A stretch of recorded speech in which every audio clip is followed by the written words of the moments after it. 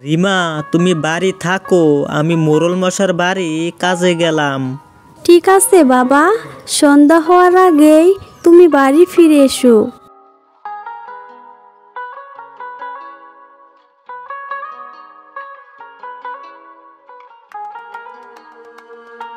এই যে নিমাই সাহেব, আজকে মোরল মশার বাড়ি যেতে এত দেরি হলো কেন?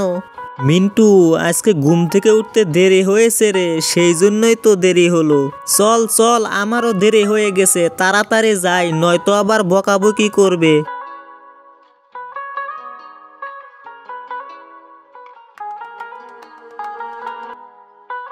কিরে শোন, পরশু আমার মেয়ের জন্মদিন, ওদেরকে খাওয়াতে হবে। যা যা লাগে নিমাইকে বলে দিস বাজার করে আনবে। ওসব নিয়ে আপনি একদমই চিন্তা করবেন না মোরল মশাই, যা যা লাগে আমি সময় মতো সব গুছে নিব। ঠিক আছে, এসব নিয়ে তাহলে আমি আর কাউকে বলবো না, যা করার তুই করে নিস। তারপর সে ওখান থেকে হাঁটতে হাঁটতে বাড়ি চলে যায় এবং বাড়ি গিয়ে দেখে তার মেয়ে ওখানে বসে রয়েছে। কিরে মা, কি করতেছিস? এমনিই বসে রয়েছি বাবা। তোকে না বলেছি যে আমার আসতে দেরি হলে তুই খেয়ে নিবি? এটা কেমন কথা বাবা, আমি কি তোমাকে রেখে কখনো খেয়েছি?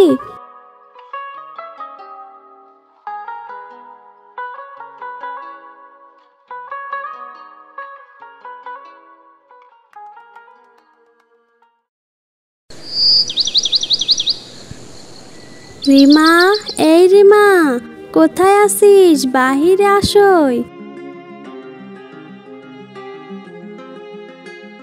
আরে মিনু, তুই এত সকাল সকাল ঘরে আসই।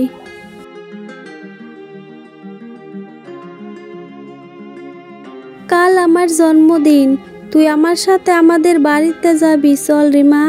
না রে, আমি আজকে যেতে পারবো না, আমার আজকে অনেক কাজ আছে, আমি কাল সকালে যাব। আমি একটা চিন্তা করেছি বুঝলি। কি চিন্তা মিনা?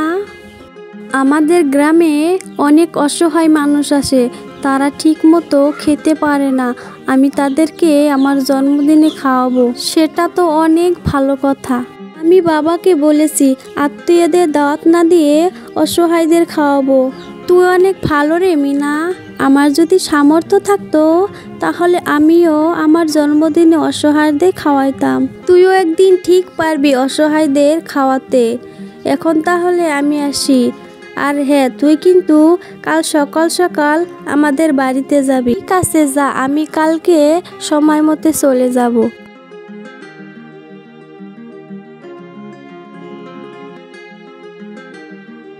আমার যদি আজ টাকা থাকতো তাহলে আমিও মিনার মতো গরিব লোকদের খাওয়াতে পারতাম।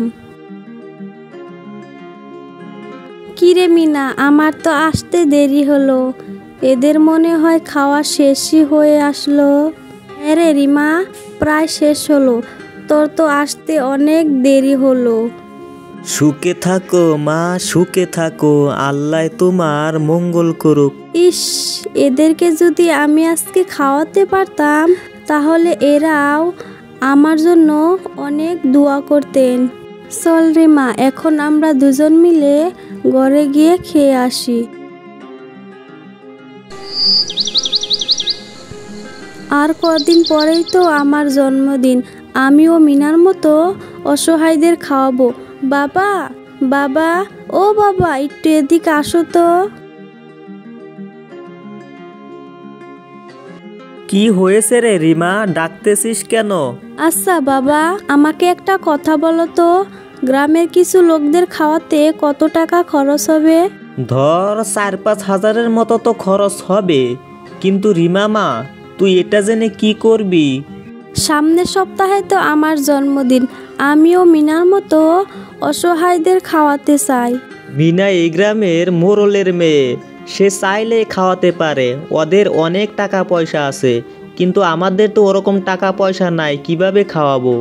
বাবা, আমি কিছু টাকা জমিয়েছে, আর তুমি যদি কিছু দিতে তাহলে ঠিক অসহায়দের আমি খাওয়াতে পারতাম। কিন্তু ওই টাকাগুলো তো তুই কানের দুল বানানোর জন্য জমিয়েছিস। কানের দুল আমার লাগবে না বাবা, আমি তো পরেও বানাতে পারবো। বাবা তুমি এক কাজ করো, তুমি অসহায়দের খাওয়ানোর ব্যবস্থা করো, আমার কিন্তু খুব ইচ্ছে হয়েছে খাওয়ানোর। ঠিক আছে মা, তুই যেমনটা চাস তেমনটাই হবে।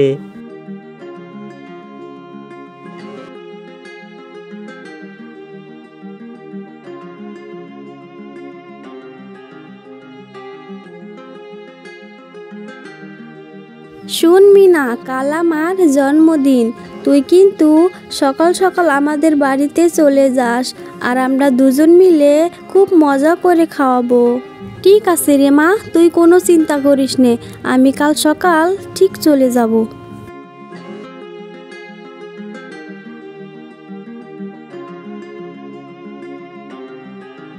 ওরে বাবা,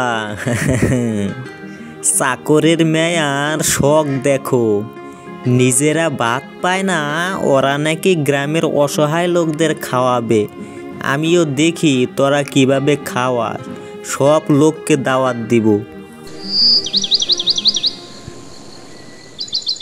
খান খান, সবাই ভালো করে খান, আজ আমার মেয়ের জন্মদিন।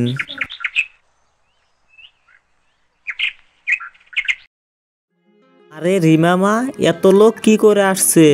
আমি তো অল্প লোকের খাবারের আয়োজন করেছি, তাছাড়া আমার খাবার তো শেষ, এদেরকে আমি কি করে খাওয়াবো এখন?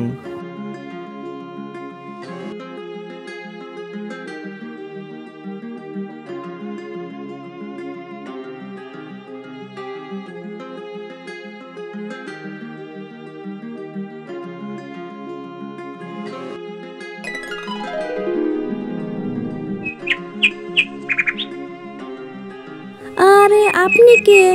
আর আপনি এখানে কিভাবে চলে আসলেন?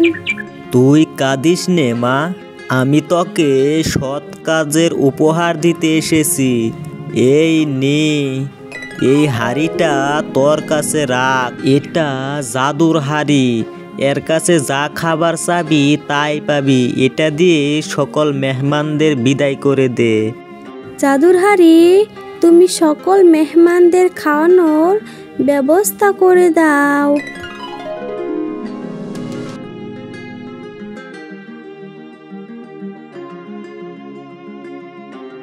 ইরে রিমা, এত খাবার কোথা থেকে আসলো? এত খাবার তুই কোথায় পেলি? সে যাই হোক, আগে মেহমানদেরকে বিদায় করে দেই, তারপর তোর কাছ থেকে সব কথা শুনে নিব।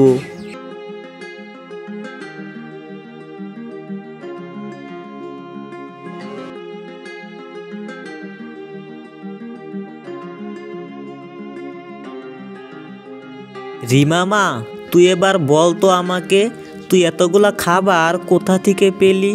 খাবার যখন শেষ হলো, তখন আরো মেহমান আসা দেখে আমি ঘরে এসে কান্না করতেছিলাম, আর তখন একটা সাধু বাবা এসে আমার সামনে হাজির হলো, আর আমাকে হাড়িটা দিয়ে বলল যে রিমা, তুই এই হাড়িতে যা চাবি তুই তাই পাবি। সেই জন্যই তো বলি, রাখে আল্লাহ তো মারে কে।